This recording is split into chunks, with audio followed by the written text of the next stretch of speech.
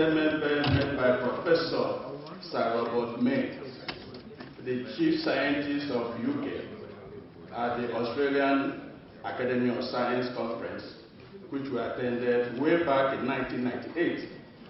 He said, and I want to quote, "There will be winners and there will be losers among nations as the world moves into the next century. The next century will be the age of biology, just as this one has been the age of physics and astronomy.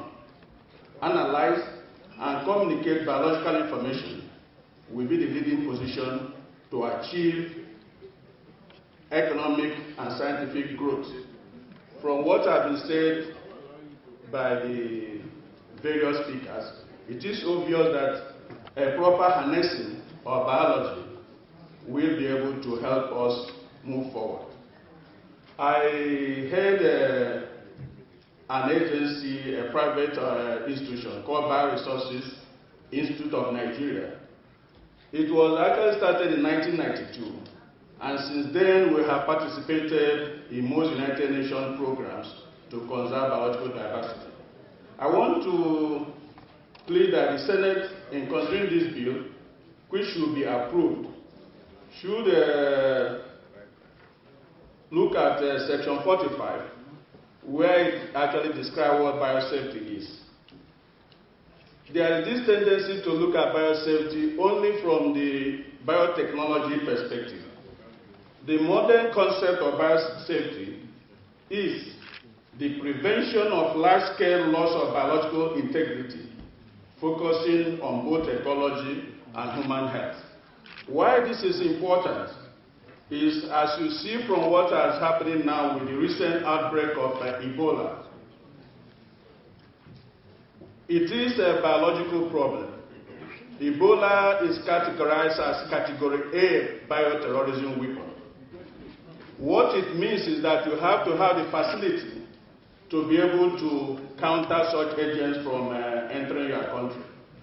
You also should be able to have the facility to do research on such bodies.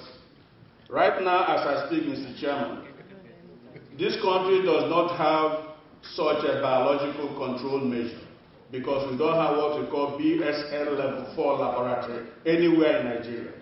And you cannot have BSL Level 4 laboratory if there is no bill like the biosafety bill.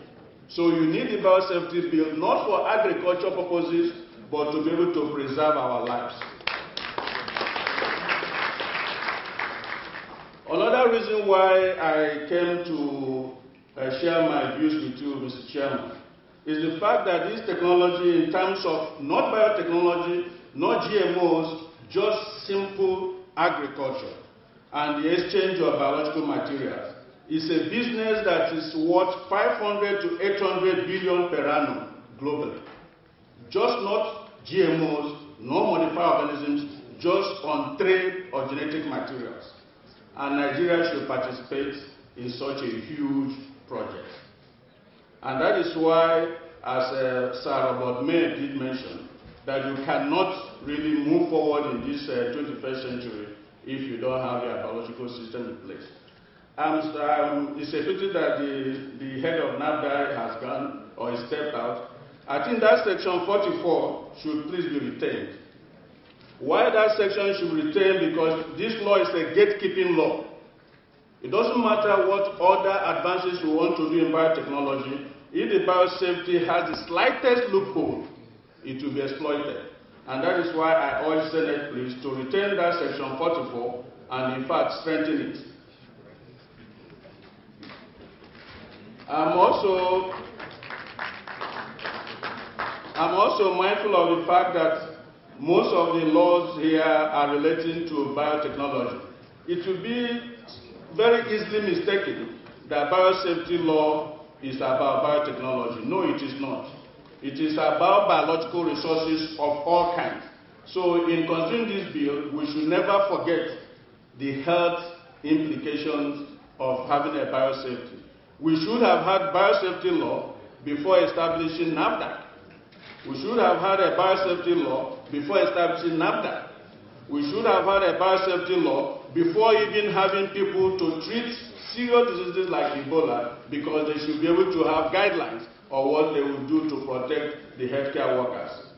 We saw what's happening in the United States recently, when two of their medical scientists, nurses rather, got sick. And the CDC traced it to a break of their protocol. And that is what biosafety should be able to help us do. Biosafety is not only for agriculture, it's not only for biological technology, it is for health, and it is also for the rest of the country. Right now, as we speak, a lot of biological materials move in and out of the country. It is better that this movement should be regulated.